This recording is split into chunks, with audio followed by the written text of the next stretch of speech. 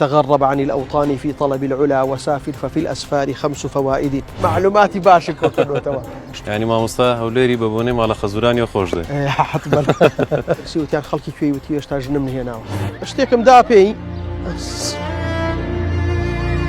يتروام زاني مكتبيكي جورم خصو تجير خاكك فقيه بوينو كمان عيب بلا هيش نازانينو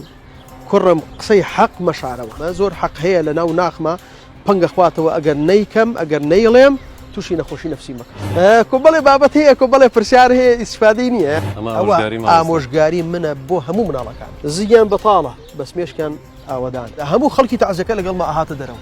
يا بالرزادات المقابله هيك ما كان يزاوت وش بو يعني حتى كافر بيديني انك ديت مقعدك ما سير دكتور انا دابيت بالرجوبون نويش عبادات دين ودين داري إن شاء الله باش إمزاي خوي كرسي خوي بكاري هنا بولي دان لخلقي يمل لا يا خريكي شار سكن ويش بشوازي كي تخريكي تقدان وبابتها ما موصى مظهر لقل ما في آفرتها أنتي فيروس بودانا وإن شاء الله بحول قوتي إخوة أمد لتي أمشي لتي شو مشيلك إمامي عليم هي دو سنة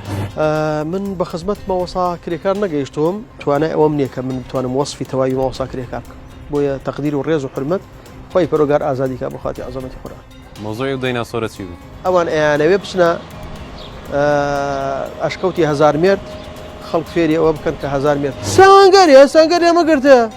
حركتي لمن هي مس ديناصوريه خوي بروجرام ما باريزلو ديناصور الله اكبر الله اكبر الله اكبر الله اكبر الله